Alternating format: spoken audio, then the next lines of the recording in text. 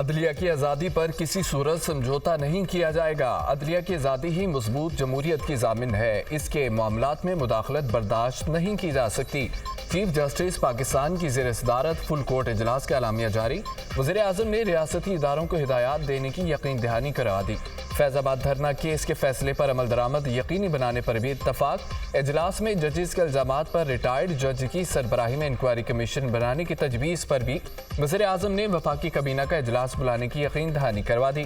اسلام آباد high court کے 6 ججز کے خط پر چیف جسٹس نے اسی دن ججز کو افطار کے بعد اپنے گھر بلا کر انفرادی طور پر سنا۔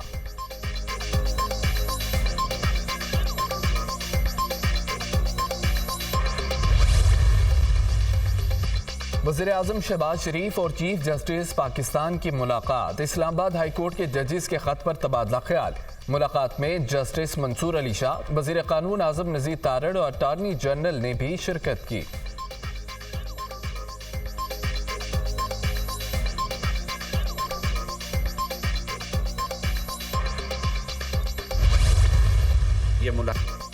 پاکستان بار کونسل کے 6 ممبران کے چیئرمین کو خط۔ ممبران نے پاکستان بار کونسل کا فوری اجلاس بلانے کا مطالبہ کر دیا۔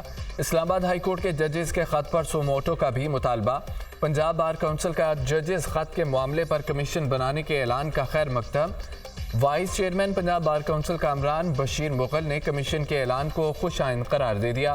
کہا کمیشن ججز کے خط کی اثر نو تحقیقات کرے، ذمہ دار کوئی بھی ہو کارروائی ہونی چاہیے۔ لاہور بار ایسوسی ایشن نے بھی کمیشن کے اعلان کو درست قرار دے دیا۔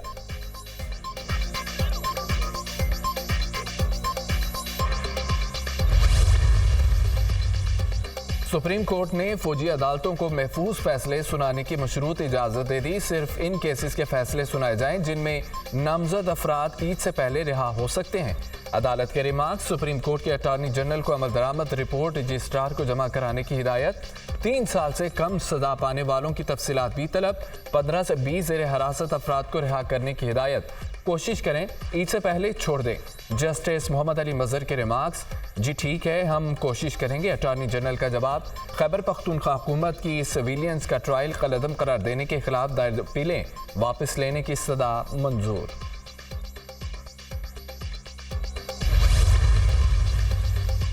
کیوں نہ ہم ان ملزمان کی سزائیں معطل کر دیں۔ جسٹس شاہد وحید کے فوجی عدالتوں میں سویلینس کے ٹرائل کے خلاف اپیلوں پر سماعت کے دوران ریمارکس۔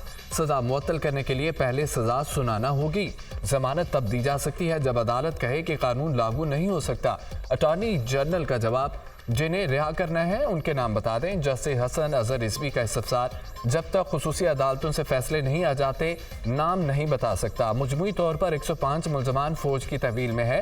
ملزمان کی رہائی کے لیے 3 مراحل میں گزرنا ہوگا۔ جن کی سزا 1 سال ہے انہیں رعایت دے دی جائے گی۔ اٹارنی جنرل کے دلائل۔ عدالت نے سماعت اپریل کے آخری ہفتے تک ملتوی کر دی۔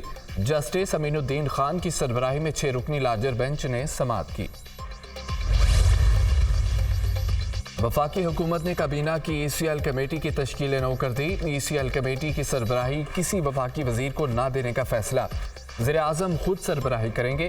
وزیر داخلہ کو کابینہ ECL کمیٹی میں شامل ہی نہیں کیا گیا۔ کمیٹی کے لیے سیکریٹریل سپورٹ وزارت داخلہ دے گی۔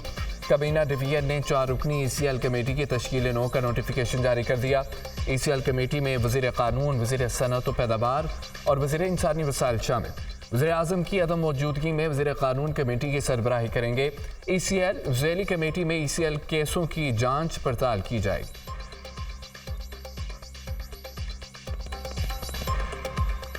نیپرا نے دوسری سہ ماہی ایڈجسٹمنٹ کا فیصلہ دے دیا۔ بجلی کے بلوں میں گزشتہ ماہ کی نسبت ₹1.68 فی یونٹ کمی ہوگی۔ فیصلے کا اطلاق اپریل، مئی اور جون کے بلوں پر ہوگا۔ ماہانہ فیول کاسٹ ایڈجسٹمنٹ کی مد میں ₹5 فی یونٹ اضافے کا فیصلہ ابھی باقی ہے۔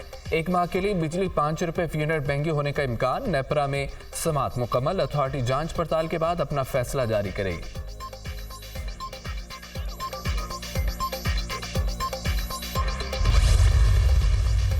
وزیر اعظم شہباز شریف کی زیر صدارت بجلی چوری کی روک تھام کے حوالے سے اہم جائزہ اجلاس۔ زیادہ نقصان میں جانے والے فیڈرز پر فیڈر مانیٹرز تعینات کرنے کا فیصلہ۔